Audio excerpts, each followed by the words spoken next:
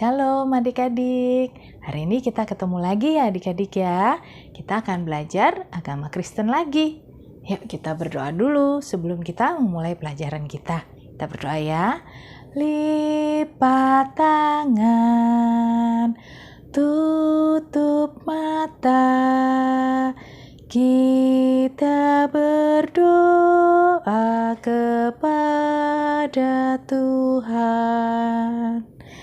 Tuhan Yesus, hari ini kami akan belajar agama Kristen. Tuhan tolong berkati adik-adik agar mereka boleh belajar dengan baik. Engkau yang memampukan mereka untuk boleh mengerti pelajaran hari ini. Dan juga dalam mengerjakan tugas nanti, Tuhan tolong berkati mereka agar dapat mengerjakannya dengan baik. Terima kasih Tuhan, di dalam nama Tuhan Yesus kami berdoa. Amin.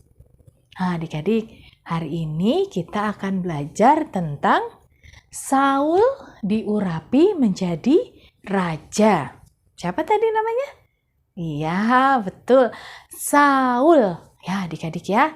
Nah, adik-adik, pada waktu itu di Israel tidak dipimpin oleh seorang raja, tetapi bangsa Israel dipimpin oleh seorang hakim. Nah, namanya adalah Samuel. Ya, jadi Samuel ini adalah seorang hakim di bangsa Israel. Ya, dia juga seorang nabi. Ya, jadi Nabi Samuel menjadi hakim yang memimpin bangsa Israel. Nah, adik-adik, lama-lama bangsa Israel, ya, orang-orang Israel ini tidak mau lagi dipimpin oleh seorang hakim, tetapi mereka mau dipimpin oleh seorang raja. Ya, jadi rakyat minta kepada Nabi Samuel supaya mereka dipimpin oleh seorang raja. Mereka mau ada seorang raja di bangsa Israel. Nah, akhirnya Nabi Samuel berdoa sama Tuhan. Dia minta petunjuk dari Tuhan. Ya, bagaimana ini? Orang-orang Israel tidak mau lagi dipimpin oleh seorang hakim, tetapi mereka minta dipimpin oleh seorang raja. Nah, Tuhan menjawab Nabi Samuel bahwa Tuhan akan memutuskan dan menentukan Saul sebagai raja bangsa Israel. Akhirnya Nabi Samuel memanggil Saul lalu mengurapinya menjadi raja di Israel. Ya, adik-adik, akhirnya bangsa Israel mempunyai seorang pemimpin, yaitu seorang raja yang namanya Saul. Ya, Raja Saul memimpin bangsa Israel. Nah, pada suatu hari bangsa Israel akan berperang melawan bangsa Amalek. Ya, adik-adik ya, karena bangsa Amalek akan menguasai bangsa Israel. Jadi mereka harus melawan bangsa Amalek ya adik-adik ya. Nah, Raja Saul mengumpulkan tentaranya sebanyak 210.000 orang. Wah, banyak ya adik-adik ya. Ya, dia mengumpulkan tentaranya sebanyak 210.000 orang untuk berperang melawan bangsa Amalek. Ya, dia membawa pasukannya untuk pergi berperang melawan bangsa Amalek. Ya, akhirnya tentara Israel berperang dengan tentara orang Amalek ya adik-adik ya. Nah, karena Tuhan memberkati bangsa Israel, akhirnya orang Israel mendapat kemenangan. Ya, tentara-tentara Israel berhasil mengalahkan tentara Amalek. Ya, bangsa Israel menang melawan Amalek. Ya, tetapi pada waktu sebelum berangkat ke Amalek untuk menyerang Amalek, Nabi Samuel sudah memanggil Raja Saul. Ya, karena Nabi Samuel diingatkan oleh Tuhan bahwa ketika mereka berperang melawan bangsa Amalek, mereka harus memusnahkan semua yang ada di Amalek, ya, orang-orang Amalek, tentara Amalek, raja Amalek, dan juga semua hewan, semua hartanya Amalek dimusnahkan. Tidak ada yang boleh dibawa pulang ke Israel. Ya, adik-adik ya. Nah, ketika berperang, mereka menang. Wah, Raja Saul, dia melanggar perintah Tuhan. Adik-adik ya, Tuhan memerintahkan supaya memusnahkan semua yang ada di Amalek ya adik-adik ya. Tidak boleh ada yang dibawa pulang ke Israel. Nah, Raja Saul dia melanggar perintah Tuhan. Dia membawa pulang raja bangsa Amalek ya.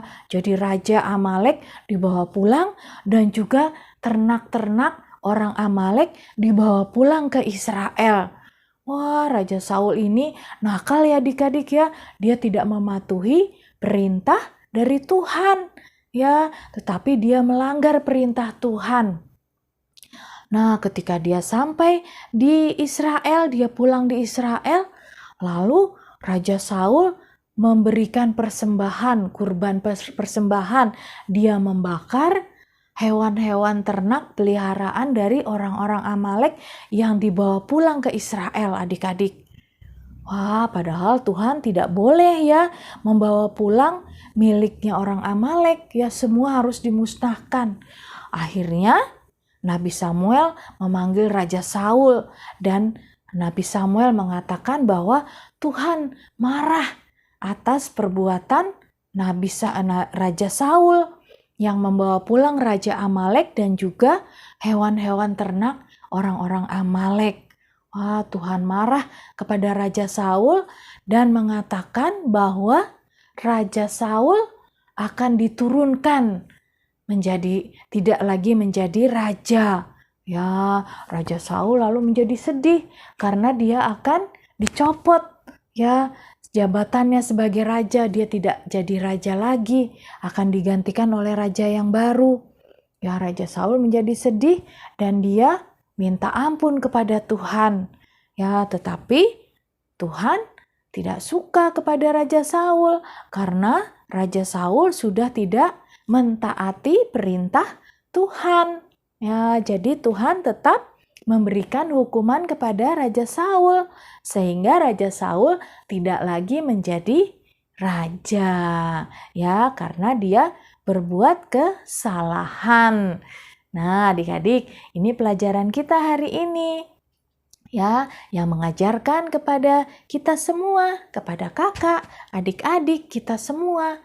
Ya, diajarkan bahwa kita harus mentaati semua perintah Tuhan. Ya, yang ada di dalam Alkitab ya adik-adik ya. Kalau sekarang perintah Tuhan kita bisa lihat di dalam Alkitab ya. Kalau adik-adik ke sekolah minggu, ke gereja, atau dibacakan Alkitab oleh orang tua. Nah, di situ ada perintah Tuhan ya supaya mentaati Tuhan ya, selalu setia kepada Tuhan, rajin berdoa, ya mengasihi sesama. Nah, itu perintah Tuhan yang harus dilakukan ya. Kita tidak boleh melanggar perintah Tuhan, tetapi kita harus selalu taat dan setia kepada Tuhan. Ya, adik-adik, ini pelajaran kita hari ini. Seperti biasa, kakak sudah memberikan tugas buat adik-adik ya. Nanti adik-adik minta sama papa mamanya tugasnya ya. Kakak sudah memberikan media. Ya, medianya di situ ada gambar Nabi Samuel sedang mengurapi Raja Saul dan juga ada gambar Raja Saulnya. Nanti adik-adik tempel ya di kertas folio. Ya, kedua gambar itu ditempel di kertas folio. Lalu nanti difoto ya adik-adik ya, seperti biasa ya. Nah, adik-adik, sampai di sini dulu pelajaran kita hari ini. Dan untuk menutup pelajaran kita akan kembali berdoa. Yuk kita berdoa ya adik-adik ya.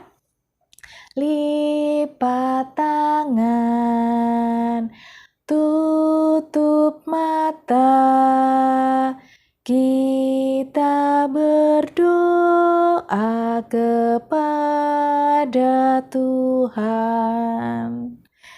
Tuhan Yesus, terima kasih untuk pelajaran hari ini.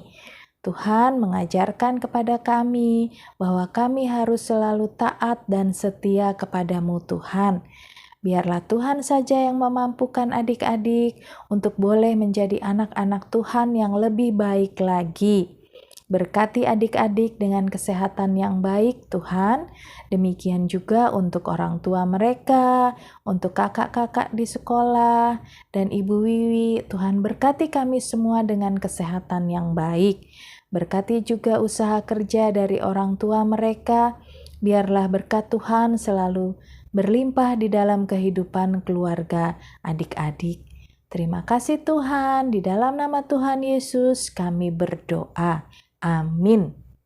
Nah, adik-adik, kita akan bertemu lagi di minggu yang akan datang. Sehat-sehat ya adik-adik. Selalu sehat, jaga kesehatan, semangat. Tuhan Yesus memberkati adik-adik semua. Dadah.